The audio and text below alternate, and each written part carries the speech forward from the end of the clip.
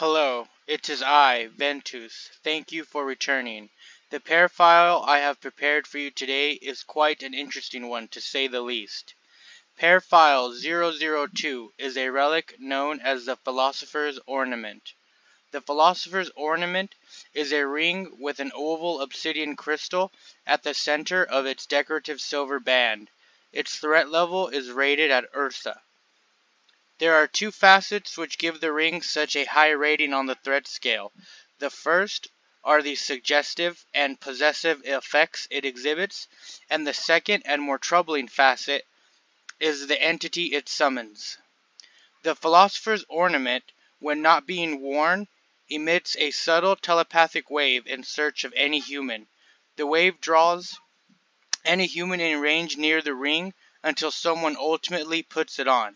It should be stated that the ring prefers adult hosts, but has been known to use children as a mean of transportation to an area with a more suitable host. In a ritualistic fashion, the ring is always placed on the index finger of the left hand and cannot be removed. The leading theory was that it was bonded to the wearer's soul. With this done, the ring has fully possessed the wearer.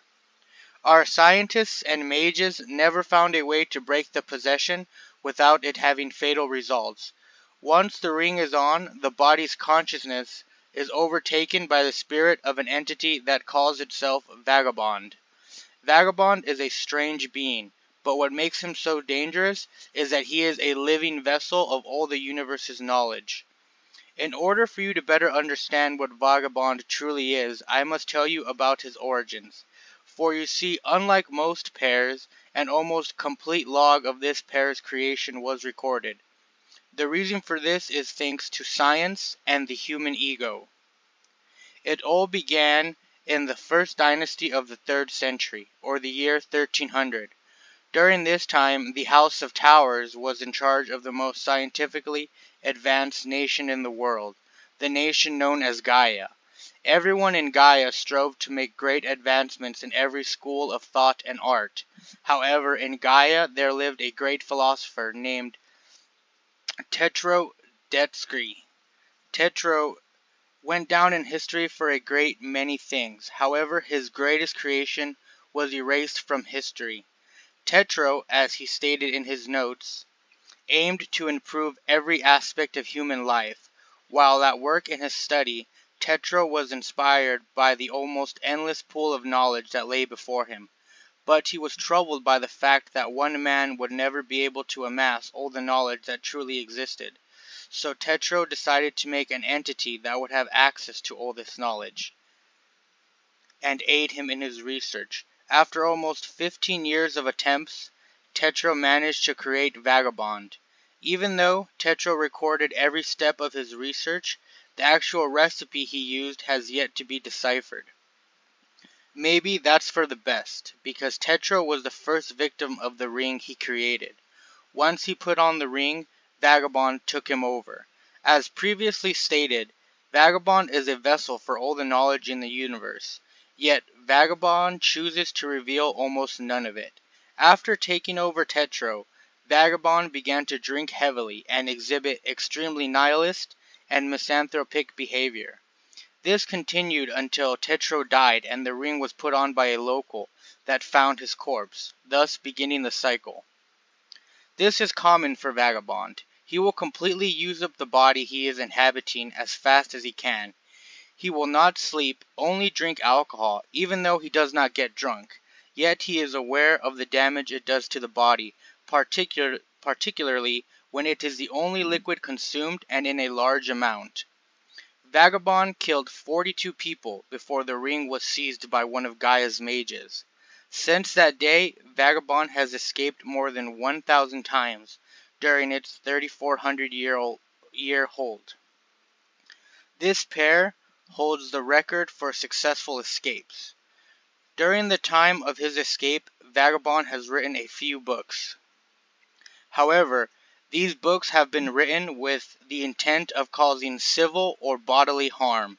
As an example, I will list a few names of his written works: Anarchy, A Civil Security, The Human Canvas, nutritious dirt and other edible garbage, plague incubation, proper carving of human flesh, and useful and efficient uses of human waste.